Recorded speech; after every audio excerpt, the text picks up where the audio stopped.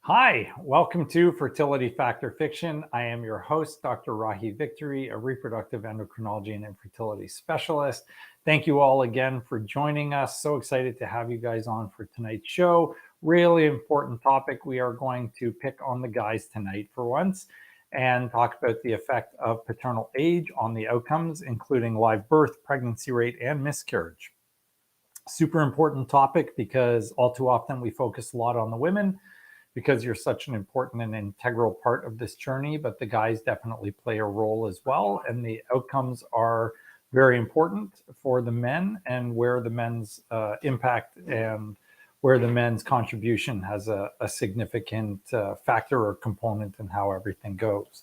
So we got a great article. It's not yet published, so you will see journal pre-proof kind of stamped across it, but we got some advanced access. And it's called "Does Advanced Paternal Age Affect Outcomes Following Artificial Reproductive Technologies? A Systematic Review and Meta-Analysis." So for those of you that are new to the show, we typically review an article every week for about 10 or 15 minutes, just bring you the latest and greatest in everything science. And then we take your questions live right after that. So make sure you click that like, subscribe button and comment. If you have any questions or concerns, let us know. And a lot of our viewers like to start asking their questions early, and that's totally fine, but we will get to them throughout the show. We don't do it right off the bat. So this article is, as I mentioned, just coming out. It's from a large group, and they basically analyzed whether or not they had evidence from various other studies that, when combined together, could provide them with the answer to the question of, does paternal age impact your live birth rate? Does it impact the pregnancy rate? And does it impact the miscarriage rate? So it's from a group of doctors in the UK, and they also had some in Italy as well. So quite a large group of physicians all working together on this. And so essentially what they wanted to look at was the fact that there's plenty of data showing that maternal age has a significant negative effect on the outcomes, because of the fact that they will end up having a higher rate of aneuploidy, primarily decreased egg quality, and that can have a very significant effect, obviously, on the outcomes. But there's actually not that much data on the impact of male age. Now, on our show, if you look back, it was probably a year ago or more, we have a video on paternal age and DNA fragmentation, but no one's really looked at the overall outcomes in relation to paternal age. We've looked at things like smoking, drinking, drug use, all of which are bad. And we've looked at the impact on DNA fragmentation, but we've never had like kind of a more global look at the impact of this on your live birth rate and so on. So what they did was they compiled a whole huge number of studies. And when they analyzed all the different studies that were available, they found about 48. And when they whittled it down to just the ones that met their criteria, which included outcome data on all the things they were looking for, they got it down to a total of just 28 articles. And the 28 articles included over 32,000 cycles of IVF that had been done. So they wanted to see, hey, with all of this in mind, what kind of outcomes are we getting when you break it down into different paternal age categories? And so they really looked at whether it was less than 35, and then there's another study part of it where they looked at 45, and then there was a final portion of it where they looked at the age of 50 for your cutoffs. So we do certainly get lots of couples where the male may be older or the woman might be older, but essentially the men are in an older age category for reproduction. And so the question here is, how much of a difference is that going to make? Are you going to do just as well if your partner's a young man, less than 35, as you will with someone that's older? And I use that term gingerly because I'm not in the less than 35 category. So what did they find? Well, following the whittling down to 28 studies and 32,000 patients. I'll share with you what they've got. We're on screen share now, right? Or at least should be. Okay, so I'll try and blow this up for you as much as possible. So when they looked at the pregnancy rate in non-donor cycles, and they were looking at a less than 35 versus greater than 35 age range, they found that there was a 31% increase in pregnancy rate if you were less than 35 years of age compared to over 35 years of age. And you can see it kind of mildly highlighted there on your screen. When they looked at the, I gotta bring it down. When they looked at the live birth rate for less than 35 versus over 35, it's a 74% increase in live birth if your partner is less, or the sperm source is less than 35. Again, these are non-donor sperm cycles or donor egg cycles. So this is very, very momentous information, because we certainly have lots of data on women and what happens when they're over 35, but we've never really looked at this carefully for men. And this is now telling you, you do have a tremendous alteration in your outcomes, especially the big outcome, the kind of holy grail, as we say it, which is live birth, if you are looking at something where or a situation where your partner is older than 35. And that's really not that old. With everybody delaying their fertility, in many, many cases, having a male that's over 35 is actually quite common. So this can actually play quite a critical role in your decision making and your approach, and the timeliness of your approach, because the longer you wait, obviously, the worse this probably gets. They then looked at the miscarriage rate, and when they looked at the miscarriage rate, they found a 38% increase in the miscarriage rate when the man was older than 35. So this is very, very important, but it wasn't significant, and it wasn't statistically significant. So they said this part they didn't really feel was a big issue, and so they weren't focusing on it in that particular group. So then they moved the age cutoff to 40 and said, well, what if we shift the cutoff from 35, which is really going to capture a lot of men, because they're all, a lot of men are going to be over 35. What if we shift the cutoff and say less than 40, over 40? So you can see that down here as well. And here they said the pregnancy rate was 65% higher if you are less than 40 versus over 40. And for the live birth rate, they showed that it is 110%. So that 2.1 odds ratio you can see there highlighted in yellow, that's 110% increase in live birth if you are less than 40 versus over 40. So a huge, huge difference when you use this 40-year-old cutoff. What happened with the miscarriage rate? So now you found a statistically significant decrease in the less than 40 versus over 40. It's a 26% decrease in miscarriage if the male is less than 40 compared to over 40. So again, very, very, very important. They then went and looked at secondary outcomes, and for these, they started splitting it up into a 50-year-old cutoff to see if that made a difference.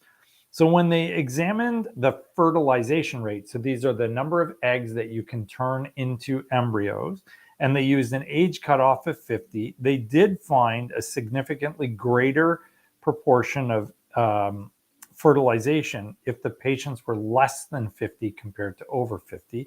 And it was modest. It's an 11% increase in fertilization. So you'll still probably get good fertilization with an older guy, but it will be a little bit better if the male is younger than 50.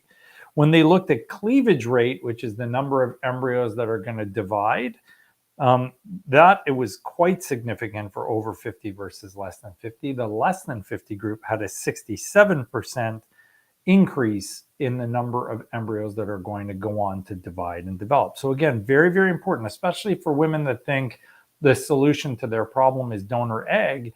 If your partner is much older, you're still going to see some compromise in the outcome, and that is very, very important for people to recognize. When they looked at blastocyst formation, so again, this is very important for us. We want to make sure we're getting to the stage where the embryos are good enough to use. They found a 61% increase if you were less than 50 versus over 50. And interestingly, when they looked at top quality embryos, so these would be your 4AA, 5AA, 6AA embryos or ABs, they basically did not see a difference regardless of the age being less than or over 50. So this data is really, really critical for people to be aware of because of the fact that it really impacts a lot of different groups.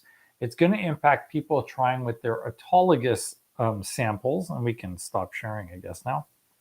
It's going to impact people who are trying with their donor samples as well. So if you're using your own sperm and your own eggs, then obviously it's going to have an impact if your partner is older. So even if you're young, but you have an older partner, it's going to make a difference. If you are using donor eggs, but you're using them because, for example, the woman is older, then if your partner is older or the male sperm source is older, you're also still going to see a decrease in success and an increase in miscarriage. And that is really valuable information for us to have, because this helps me give you better, more honest, and more clear advice on what to anticipate when you're going through a cycle, because it does mean that the donor egg will not necessarily be a cure, and it may necessitate, improving the sperm, looking at opportunities to get the best sperm possible. Sometimes we use devices. There are multiple modes of selection for sperm. And so some of that may need to be implemented to try and nudge the numbers a little bit more in favor of success. Very helpful for the lab to know, very helpful for us to know, and critically, really important for you to know so that you can make the best decision possible for you. So is it a fact or a fiction that male age affects your outcomes? It is a fact. Male age affects your outcomes. And because of that, you need to take it into consideration when you're deciding what's right for you. Thank you for joining us for Fertility Fact or Fiction. Make sure you hit that like and subscribe button. Watch us on YouTube. All our videos end up there, and they're always on Instagram and Facebook for 24 hours after as well. And we are now going to take your questions live. And Tarek needs to break his fast. Yeah. Is it past sunset? Yeah? Okay, you can eat now. Actually, below the level of the camera where you can't see it, there is sushi everywhere. We're swimming. We are swimming in sushi. But I won't be eating it anymore during the show. Tarek, however, needs to eat. So fire away. So a question about the study. What was the age of the men's partners? It makes me wonder. Yeah, so they had various ages for the men's partners, but they actually controlled for that in their analysis by using that as a variable, as a confounding variable. So they did analyze that, and they did do subgroup analysis where they said that there was no effect of the female age on the male age outcomes. So it didn't make a difference whether they factored that in or not. It actually was an independent variable just from the male side. So they controlled for it on the female side and made sure it was the real deal before they published it. Hi, Dr. T. Hi, Dr. T. And Oh, Dr. and T. Okay. No, Dr. T and T. Oh, Dr. T and T. So you've been elevated to doctor Look, it's a matter of time. Yeah, whoever's asking that question, we're kicking you off the show. What are the odds of an untested 5AA or 4AA blast implanting after endo removal and 3 months of Lupron? Thanks. Wow. So, guys, it's super difficult to answer these questions of what are the chances, because there's so much that goes into it, including things like your age and the guy's age and your habits and your weight and stuff like that. A 4AA or a 5AA embryo in general would have a very good chance, but it also depends very much on how old the patient is, because that will skew whether or not the embryo is genetically normal. So, for example, a 5AA from a 33-year-old or even a 31-year-old will have a very high chance of implantation. We'd probably estimate somewhere around 60 to 70%, maybe even higher in our program. Whereas a 5AA from a 43-year-old will have a much, much more reduced and modest success rate, because of the fact that we know that female age can have quite a significant role, and now male age as well, on the success of those embryos going in and implanting and becoming live births. So it very much depends on a lot of different factors. No one will ever be able to tell you a 5AA will give you X% chance, because we need to know all the details about you.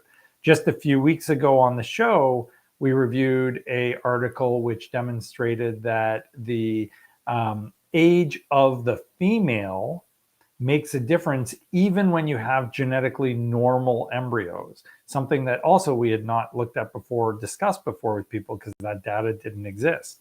So now that we know that even when the embryo is genetically normal, your chances are lower, it does make quite a significant difference. And this really, really is very, very important to be aware of. So you can't make predictions based on just, hey, I've got a 5AA or I've got a 4AA. Your endo with suppression with Lupron and Letrozole will make a big difference. You will do better with the suppression. So that's definitely a bonus for you. But as far as how successful will it be, I can't give you an actual number. In our hands, if the embryo is genetically normal, we would say probably minimum somewhere between 50 to 70% per embryo. So you should have very good chances, but that's if it's genetically normal and everything else is perfect. Are you familiar with liposomal NMN or CAAKG for egg quality? I'm 45, AMH 2.04 nanograms per mil. Wow. 20 eggs last cycle, 1 abnormal embryo, planning 4 more cycles. Healthy, 3.5-year-old, and early miscarriage 1.5 years ago.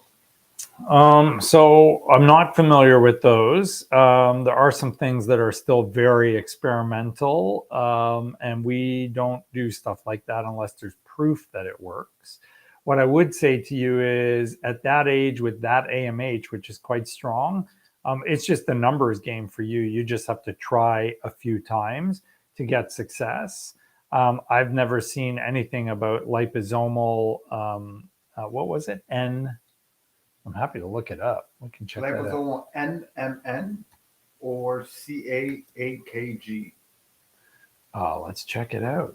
Let's go to PubMed and see what's available. This is the thing I love about this, because I can check it out online and see what's there. So lipos, you know what? Let's do it on this and we can screen share the results. How's that? Should we do that? Mm-hmm.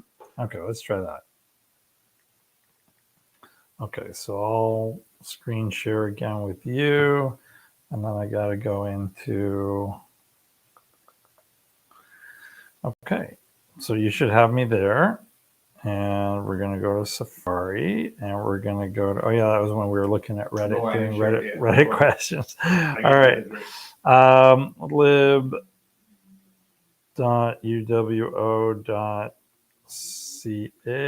Okay, let's see what we get. And PubMed, and we're going to do R52. Okay, here we go. So it was liposomal NMN. Yep. No, doesn't even like that. NMN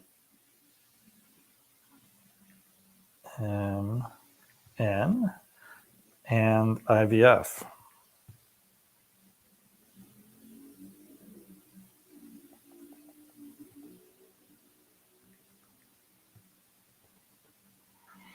Utilizing, can you see it? Yep. Utilizing liposomal quercetin and gallic acid. Oh, it didn't do, it just gave us showing liposomal NM. That's not for IVF. Chitosomes and chitosan, that's not IVF. There is nothing on this anywhere. What was the other one? Liposomal C what? Or CAAKG. CAAKG. Space. She has a space in Where? CA space AKG. I wonder if it came out screwy. Yeah, there's nothing, guys. There you go. So this is the reason this stuff's important, because sometimes we can't find it. If you want to spread out what NMN means, I'll happily look at it. I'm thinking it's nano something something, but I'm happy to take a look. Fire away. What's the next I question? enjoy the nano something something. The nano something something. Yeah. A little Good something. evening, Dr. something. VNT. COVID question for you. Okay. Is COVID. pregnancy We are still- back. Yeah. Is pregnancy still considered high risk in this current Omicron wave? So if you do not have vaccination, if you are unvaccinated, your pregnancy is very high risk. If you are vaccinated, no, you are not high risk because nothing happens to vaccinated pregnant people, generally speaking.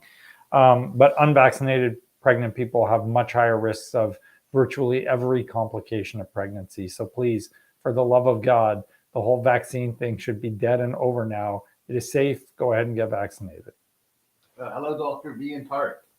How is prednisone different to dexamethasone? They have different strengths. They basically do the same thing. Both have been studied. We've reviewed the use of dexamethasone on the show before.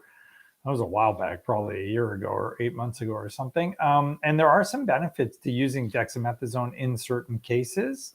But overall, there isn't a huge difference. Now, it depends on what you're using it for. Normally, when people are using Dex to potentiate their IVF stimulation or cycle, because there are some studies that demonstrate that it is beneficial for that, and that's the one we reviewed on the show, then they're using Dex. If you're using prednisone, most people are using it to suppress immunologic reactions.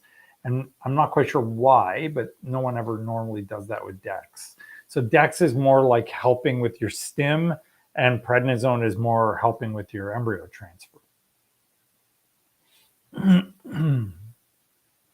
How's the Hello. sushi? Great. Is it good? But the crabby one is a little bit. It's a little too crabby, the crabby one. You're Yeah, absolutely right. I didn't love that one. Hello. I finished taking prometrium suppositories on Friday Okay. after a failed IUI. Oh, I'm Still sorry. haven't gotten a period 4 days later. Should I be concerned? No, depends on when your regular cycle was scheduled, and the impact of the prometrium can last a little bit longer. So if you still hadn't had it after a week or two, I'd be concerned, but it depends on whether or not your PCO, what your hormones are like, how much progesterone you were on. There's a lot of factors that go into it. So I'd give it a few days before you worried about it. Curious. What you recommend for a pre-treatment for DOR before stims? Thanks again. So everything under the sun has been tried for pre-treatment for DOR. The ones that we have proof for are letrozole, testosterone priming, DHEA, and human growth hormone will make you make more mature follicles, or I should say more of your follicles mature, but it won't actually make you make more follicles. So those are the ones that have been demonstrated to have a benefit. On top of that, we do recommend using CoQ10, all the supplements like the fish oils, the vitamin D. Iron is helpful as well, your folic acid and your prenatal vitamins. So there's a lot of supplements that go into it. We tend to use aspirin. I'm a believer in aspirin. I think it works. So those would be the basic ones that we believe in, and we think that those will support your egg quality being better and your chances being better. And I say that based on the fact that there's actually evidence for that, demonstrating that your outcomes are better for each and every one of those things that I just mentioned. So that's why we use them. Excuse me. After a 5-6 day frozen IVF transfer, can you get a positive blood pregnancy test? Well, we don't recommend trying any sooner than 8 or 9 days. Some people will cheat and do it earlier. On a blood test, you could probably find out as early as about 7 days, 6 days sometimes. But generally speaking, we recommend you just wait the full 2 weeks and then do it. Because you might get a positive and then it'll go negative and then you'll be very, very, very disappointed. So it's better to just wait and get the final answer rather than trying to find out, because then you're just extra panicked the whole time, checking and rechecking. And at the very early stage, beta does not double. the same way it does later. And so everybody gets panicked about that. And is this normal? Do I have an ectopic? So just wait the 2 weeks, please. I know it's horrible, the 2-week wait, TWW, horrible, horrible, horrible, but wait. I'm 21 weeks pregnant, and I was told I have low-lying placenta. Okay. What is the likelihood of a vasa previa? Can this be seen by vaginal ultrasound? Thanks. Okay, so vasa previa is when the blood vessels going to the placenta are actually inserting over the uterus. And those ones are definitely dangerous, because vasa previa is probably one of the most dangerous outcomes we have in all of pregnancy. Can you see it on ultrasound? Oftentimes, yes. Occasionally, you need an MRI to be able to make sure it's vasa previa or not. The chance that a low-lying placenta has vasa previa is probably zero or very close to zero, because a low-lying placenta means that it is within 2 centimeters of the opening of the cervix. So the chance that that's not going to pull away as the uterus grows and pulls the placenta up with it is negligible. It's a very small percentage of patients that have low-lying placenta that actually end up with a low-lying placenta at the end where you can't deliver them vaginally. So I would never be concerned about low-lying and vasa previa. Typically, when there's vasa previa, we will be told that there's a vasa previa from the ultrasonography report at 20 weeks, because that's like a 5-alarm fire. Everybody panic, be very, very worried. So if no one said anything like that to you, I would not be concerned about it.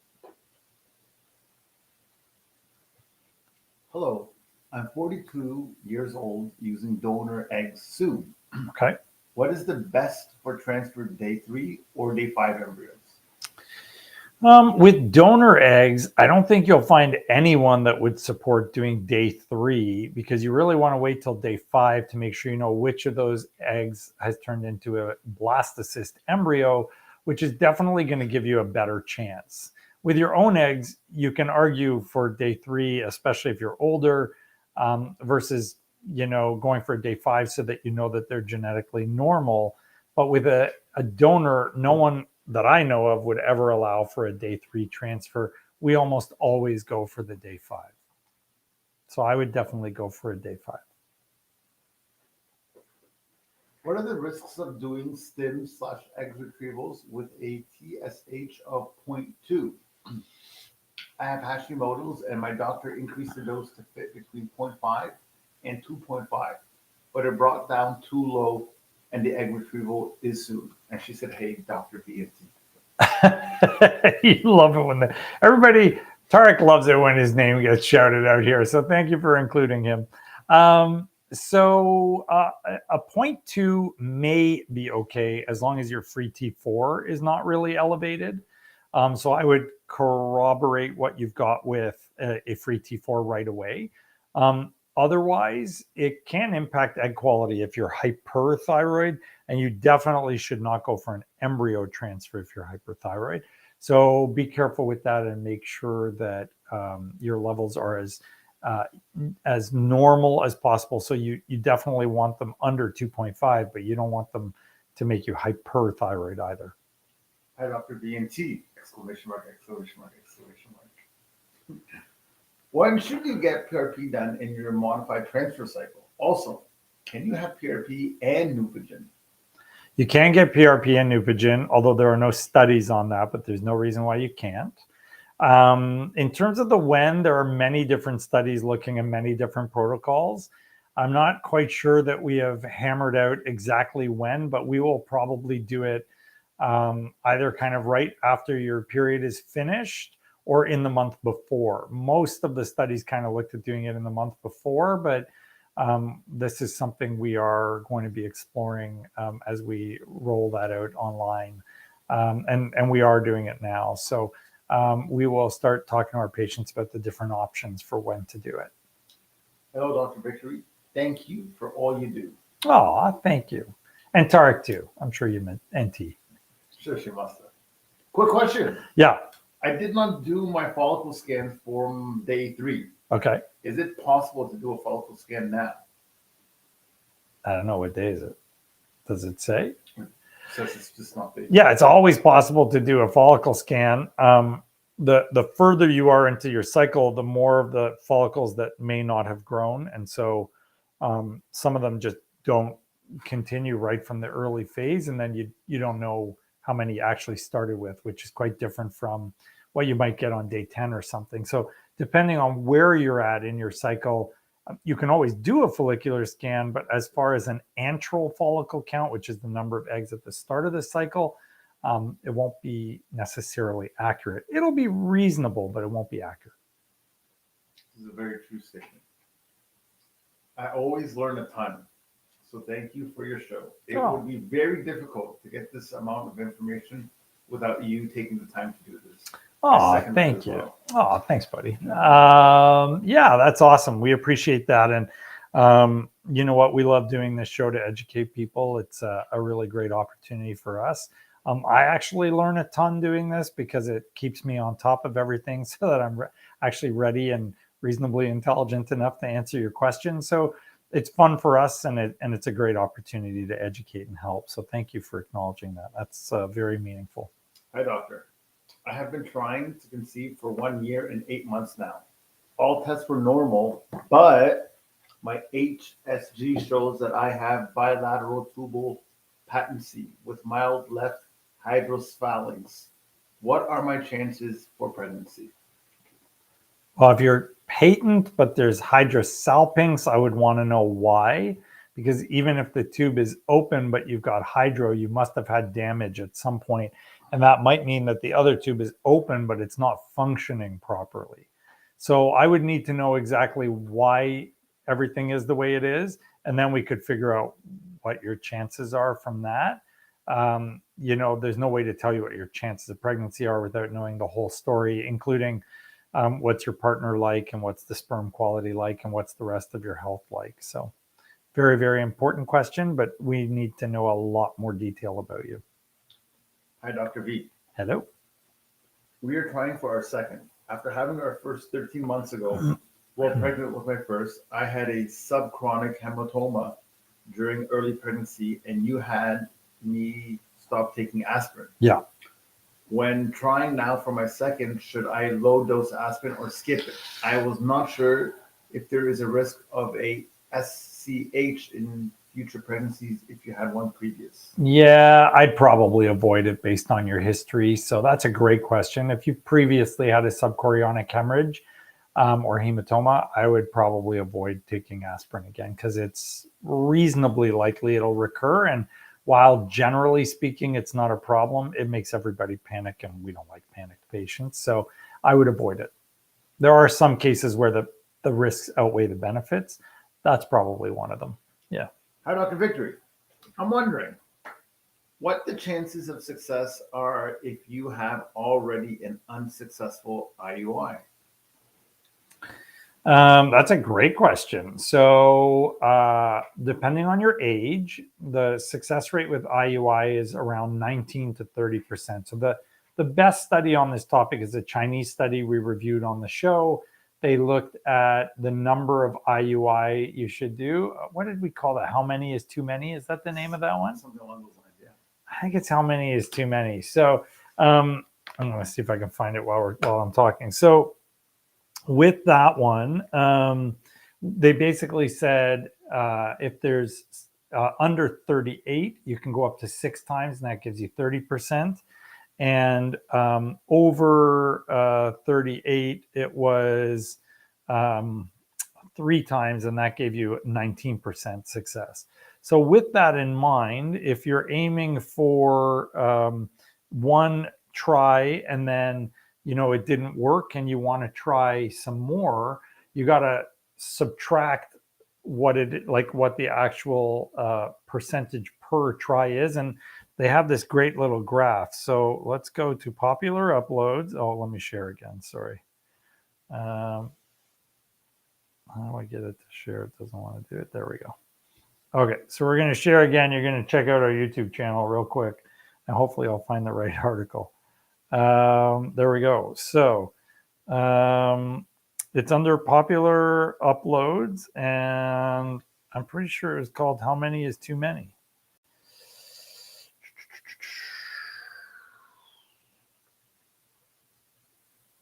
I don't see it under popular uploads. The Good, the Bad, and the Ugly. Does PRP?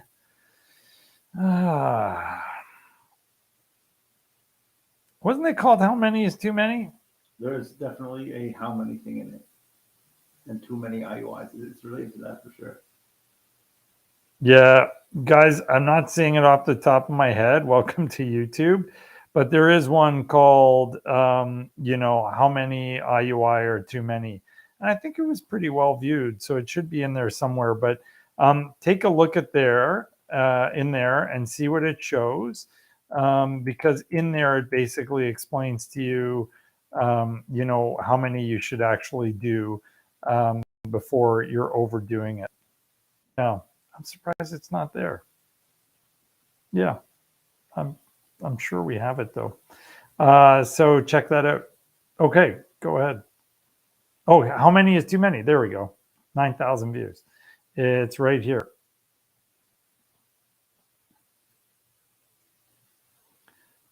I'll just expand that and then you'll be able to see it. Oh, you did something. It's gone. It says it's playing on your laptop. Oh, yeah, it is. Yeah, that's true. Well, that's interesting. So that's the video. Just watch that video, and then it tells you everything you need to know. And there's a graph which shows what your percentages are, and then you can calculate what the remaining percentage is. So check that video out. It's already got 9,000 views, so it'll be 9,000 and whatever once you've watched it. Yeah. Okay. Can you please talk about the difference between a Femera versus a natural FET cycle? Example, time frame, and what to expect. Yeah, time frame's probably not significantly different. It's probably roughly about the same. Between a Femera and a normal cycle, you'd be getting estrogen. In a Femera cycle, you don't necessarily need estrogen unless your lining isn't developing enough. In a natural cycle, you're just waiting for your lining to thicken, and then once your body releases an egg, you're committed. But with Femera, we can use meds and cetrotide and stuff like that to prevent it from going any further than we want. The reason we use Femera, there is data that we've reviewed on the show that shows that a Femera cycle actually gives you a better success rate. So that's why we use Femera. It was actually because of doing this show. So definitely check that out. Follow up to the first question about the NMH and the CA-AKG. Oh, yeah. Okay. So NMH. NMM. NMN. Yeah. NMM. Yeah. Is nicotinamide. You might need to read this. Nicotinamide. Like a nicotinamide, yeah. Nicotinamide mononucleotide. That's what that is. Liposomal nicotinamide not mononucleotide. Nucleotide. Okay, yeah. And CA-AKG is a calcium alpha ketoglutarate. The egg quality studies have been done on mice, not humans. Yeah, I mean, no clue, but I will definitely look that up. So thank you for sharing that with us. I don't know. I will have to look that one up. I mean, if it's being done in mice but not in humans, I would never try it until I know that it's worked in humans. Again, I think in your particular case, because your AMH is so high, especially for your age. I mean, it's high to begin with, but for your age, it's amazing. You just need to try a couple of times. There's no need to do anything fancy.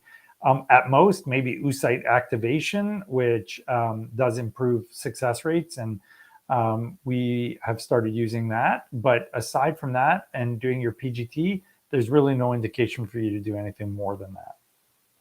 Just had my FAT. Can I? FET? Yeah. Just had my FAT. Can I still use a heating pad? Tarek and I just had our FAT. Yeah. Can you use a heating pad? Not an electric one. The electric heating pads emit electromagnetic radiation. And much like our car seat video, they should not be used. So don't use anything with electromagnetic radiation.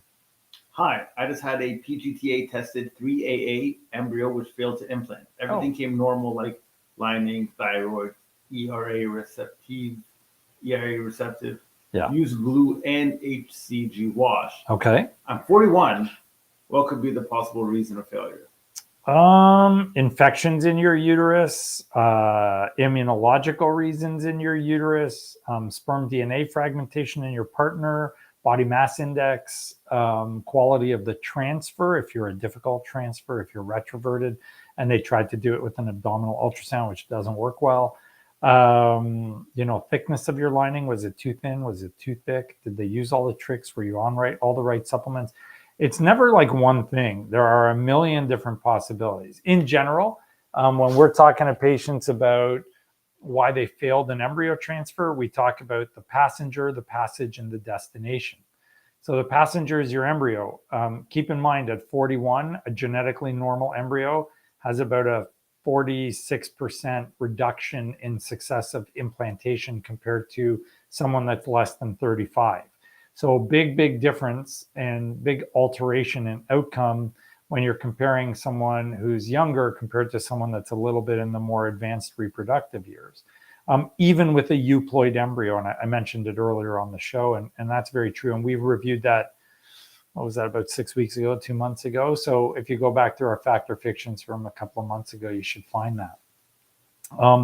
If you're looking at, the passage, it's, us doing your embryo transfer. So for example, when I have someone who's retroverted where the uterus is kind of curled over, we use transvaginal ultrasound probe guided transfers because you get a crystal clear image and it's super, beautiful. But very few people know how to do that. So it is a very difficult technique to master. It's a very crowded location to have an outer catheter, an inner catheter, your embryologist, an ultrasound probe. It's a lot of items in a very small space. And so it's technically sophisticated. And again, most people do not know how to do that. So it's quite delicate to do. But that can be that part of things. And then the destination is used. So as I mentioned, you can get your Fertility check for infections or any other company you want to use. You should have your immunological panel checked if you want to. There are, thrombophilia screens, your partner, and then again, your whole well-being and health, right? So is your thyroid appropriate? Were you on the right supplements? Do you have antibodies? What's your partner like? Is he obese? Is he older? And so on. So all of these things make a key difference to your outcomes. And it's never just like one little detail. Hi, can you give an example protocol you would use for a 39-year-old DOR, 4 to 5 AFC, 0.3 AMH? Any preference for adding Menopur estrogen priming or some other special sauce? So we use a microdose flare. And so we would do DHEA for 2 or 3 months first. We would use a microdose flare. We would add in letrozole because there's a recent study that showed that letrozole is better for women that are older. And then we would use a half-half ratio of Menopur and Gonal F. Not that you can't use anything else. That's just what we like. Although Recavel can work very well also. And we frequently use Recavel in some of our older patients or the DOR patients. And then we would wait till you're about a 18 millimeter, and we would trigger when your lead follicles are at 18 millimeters. Double trigger, Lupron and HCG, 35-hour retrieval, oocyte activation. So that would basically be everything we are doing. Lots of supplements, lots of vitamin D, coenzyme Q10, melatonin, baby aspirin. So lots of that stuff as well. We don't do estrogen priming. I never found the studies to be that convincing, and they're not. So I just don't do it. But there's nothing wrong with doing it. It's not any better than doing testosterone priming or DHEA or a microdose flare protocol. In which circumstance would you recommend a natural FET protocol? When mine has failed twice. So if we fail twice with our protocol, we'll flip to a natural as well. Luckily, that almost never happens. So, it's something we consider, but generally speaking, we go with our stimulated protocol. Why are subchronic hemorrhages? Yeah. subchronic hemorrhages more common in pregnancies from FET than in natural pregnancies? Probably due to underlying pathologies, infections, immunological problems in your uterus. I don't think anyone knows. It could be iatrogenic, which means we did it to you because we put you on aspirin or blood thinners like heparin and so on. But it could also just be the basic structure of your uterus or the contents of your uterus, bacteria, infections, immunological changes, thrombophilias. All of those things can alter blood flow, bleeding, all of these different aspects. Doing a mock cycle of medicated transfer. Lining check today and my LH was rising. Lining looked great. No lead follicles today or last week. I'm back for blood work tomorrow, but what could be going on? Well, it depends on how much your LH is rising. If it's only rising a little bit, that's not a big problem. If it's rising a lot, then somebody's missing a follicle. So you'd have to have a look at that and see what's going on. They may have just not seen your follicle, or you missed it in between the last time you were there and now, and it's already released. So get your progesterone level checked and see what's going on. Are you familiar with Humog? It is the manicure equivalent in India, as far as I know. Never heard of it in my life. Do not know Humog. After how many? It sounds like a Lord of the Rings character. It's an evil villain, is what it sounds like. It does, yeah. After how many failed transfers do you recommend PGT testing? That's a great question. That very much depends on your age. So if you're young, we would probably try a whole bunch of other things before we would recommend PGT testing. If you're older, we tend to recommend you do the PGT testing to begin with, but it's rare for us to encourage patients to thaw frozen embryos and try doing PGT testing on them. There is a upcoming article with David Barad and a group of his colleagues, which will be published soon in Human Reproduction, where they are calling for all global fertility societies to recommend the end of using PGT because we are throwing away too many good embryos and the technology has never been shown to improve success. And according to them, when you actually appropriately analyze the data in the studies, it actually decreased success rate. So we here at VRC are extremely judicious about who we apply PGT to. If you are older, then we definitely think that it's worthy of consideration. If you are younger, you 100% should not be doing PGT. It is not helpful and it may decrease your chances. So we don't do it for those patients. And I certainly feel bad for my colleagues who ran out and spent millions of dollars setting up PGT labs. But you probably wasted your money. It's not going to be around with us for much longer when they're calling for it to become purely experimental and research only. So until such time as we have non-invasive PGT and it's reliable, which it currently isn't, we don't have a really good option right now. So don't do it if you're young. Only do it if you're old. What do you recommend to increase uterine lining thickness? That's another one we should have made the other day, right? 100%. Very complex. I wonder if I just set it up here, if you could just clip it and put it out there. Okay, Rahi's recommendations for lining thickness. So number one, try a different route of estrogen administration if you're taking estrogen. So if you're using it oral, it's not working, try vaginal. If you've tried vaginal and oral, try transdermal. All of those are reasonable approaches. Number two, Viagra. Number three, PRP. And this is not in any specific order. Number four, aspirin. Number five, vitamin C, D, and E, all proven to thicken the lining. Number six, GM-CSF, that can work as well. All of those can be beneficial. Acupuncture can be beneficial. Weight loss, avoidance of all smoking, drinking, drug use, that will also be beneficial. So any of those things are reasonable approaches to thicken the lining, and we use them all the time. How should I prepare? Hi, Dr. Victory. How should I prepare my body for egg retrieval next month with you? Eat healthy. Mediterranean diet is very recommended. Exercise every day. Stay as stress-free as possible. Pump yourself full of as many fertility vitamins as you can. So your C, D, E, your folic acid, your iron, melatonin, coenzyme Q10, vitamin D. If I didn't say that, I think I did say that already. So yeah, you want to have loads and loads of vitamins on board in order to maximize your chances of having a good outcome. Do you recommend the supplement True Neogen? True Neogen? I love learning stuff on this show. Let's see what TRU space NIAGEN. True Neogen. Elevate your NAD plus. Wow.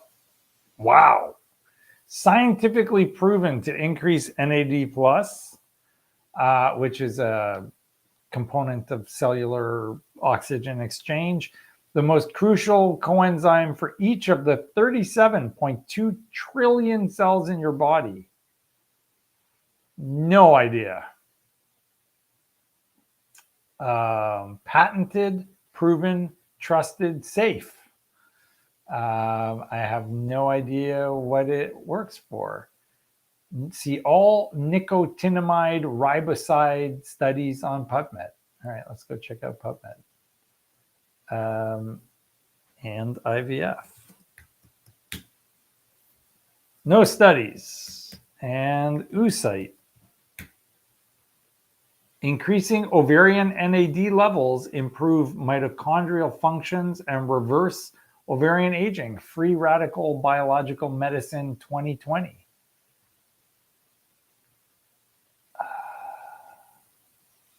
Our data suggested, I don't have the full article. Our data suggested that supplementation with NAD plus precursors in vivo and in vitro could be potential therapeutic approaches for treating age-related ovarian infertility.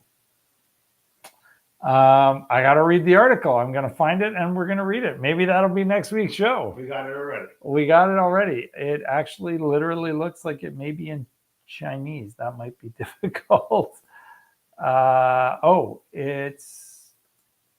It's not available. I gotta do the web version. You can't get the PDF. We will check it out for sure, and we will let you know. Something new. Something. Yeah, I'll find it. Possible next steps for a 29-year-old with recurrent miscarriage. Polyps removed, PCOS, karyotyping done. PCOS and recurrent miscarriage, make sure your weight's not an issue. It does increase miscarriage risk. Make sure your metabolics are perfect. Inositol, NAC, coenzyme Q10, possibly resveratrol, metformin. Your sugar levels should be very controlled. Your carb intake should be minimal. You should be exercising every day. Partner needs to be healthy also because his sperm can contribute to your recurrent pregnancy loss. If he has high sperm DNA fragmentation, you will find that that will not work well no matter what you do. So that's really important as well. In terms of other things, fertility testing for your immunological problems, infection testing, thrombophilia screen, thyroid level, thyroid antibodies, your vitamin D and your iron. Those are the things I'd be starting with. There can be other things, but those are the main ones we start with. And those are all very, very important. Hey, Dr. Victory. I had a consultation with you last week. Okay. And I really feel lucky to have you as a doctor. You. I appreciate that. Thank you for being so amazing. Quick question. Oh, this question was already asked. Okay. But I'll just say it and then you can say you already asked it. All right. How can I prepare my body for egg retrieval next month? She did. Yeah, she asked that. She gave a smooth intro this time. A smooth intro. Yeah. Smooth criminal. Do. My clinic frozen. My clinic frozen? I'll read it. We're going to rewind. Yeah, my clinic froze Yeah. three of my day 5-7 embryos. Okay. 3cc, 3cb, 4cc. Are these poor graded embryos even worth transferring?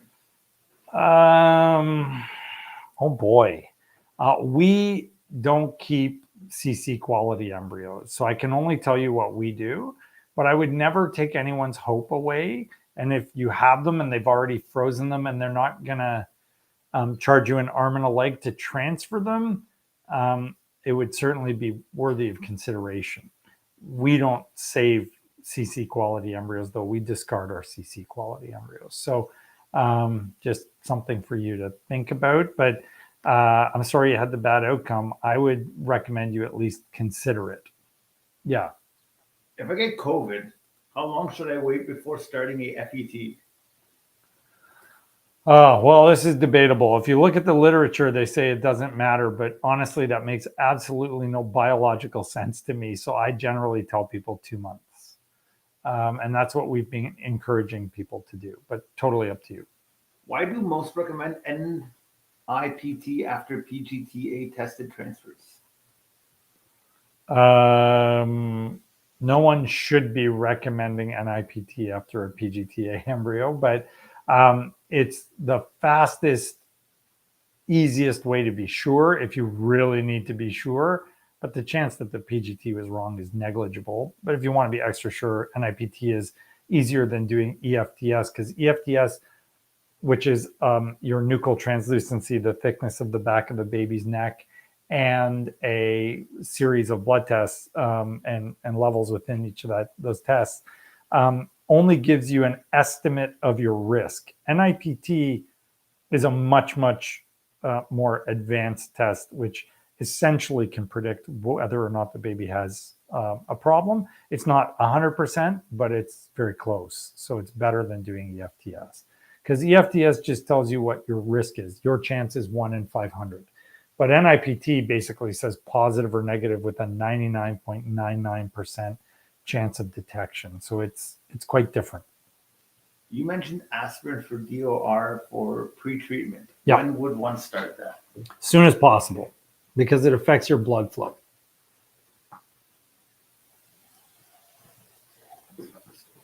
Okay, wait. So I looked up that article on True Niagen. It was done in mice. That's what she said. Yeah. So what they do, they looked at NAD plus levels in ovaries. The NAD plus levels in ovaries decreased by 50 to 70% in 8-month-old mice compared with those in 2-month-old mice using both methods. For the 12-month-old mice, NAD plus levels in ovaries were about 20 to 30% of its levels in 2-month-old mice. Wow. Okay, I have no idea what they did here. So basically, I need to look at this, but it looks overall like they had a very significant improvement in the levels of the elements that they were looking for, suggesting that the ovaries worked better. Having said that, it was in mice. So will True Niagen work in a human? There is zero proof based on anything published to date in PubMed. So I don't know. Roll on the dice. That was very gambler-esque of you. I like that. Yeah. All right. You mentioned, contractions observed in the vaginal ultrasound 2 days before ovulation. Is this common? Will it affect FET outcomes? So there are studies that show that for women that contract, FET outcomes are worse. There is a very recent meta-analysis study, which we have not reviewed on the show yet, which demonstrates that atosaban, which is an oxytocin receptor antagonist, which essentially tries to stop contractions from occurring, did significantly increase success rates. I find this very interesting because I've looked at the individual studies and none of them have ever shown a benefit. But this one is a meta-analysis where they pooled everything together and said it does. So it's entirely possible that it does actually have an impact. So we'll find out. We're going to see if we can get it. Yeah. Okay, Tarek's terminal question. We're at 9 o'clock. Terminal question. Oh, you got a lot to scroll through. It's something. Okay. I finally had my isthmus seal repaired. Okay. Now that my uterus is perfect, would you recommend putting embryos to ensure that the embryo is transferred into a perfect uterus 39 years old? At 39, we would advocate for testing your embryos. Yes, that makes sense because your chance of having genetically abnormal embryos is probably around 80%. And so you don't want to be transferring lots of abnormal embryos, not knowing whether it's your isthmus seal or an infection or whatever the case is. So yes, I would advocate for checking it. Also, I am a firm believer that for people that have had an isthmus seal, they should all get testing from Fertility for endometrial infections because the menstrual blood collects in that divot of the isthmus seal, and it is an absolute nidus for infection. So I think even after you've had it repaired, there's still a chance that there's infection clinging to the walls of your uterus and that you should get it dealt with. So check that out.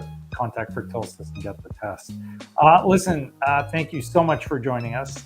We love doing this show. Make sure you click that subscribe button on YouTube. Just hop over to our YouTube channel. It's just DR Victory and hit subscribe. We love doing it. We are happy to be with you guys. And next week we will be back with another exciting show on Tuesday. Maybe we'll look up True Niagen. I don't know. But we will chat with you guys then. And for now, have a great night. Take care, guys. Bye.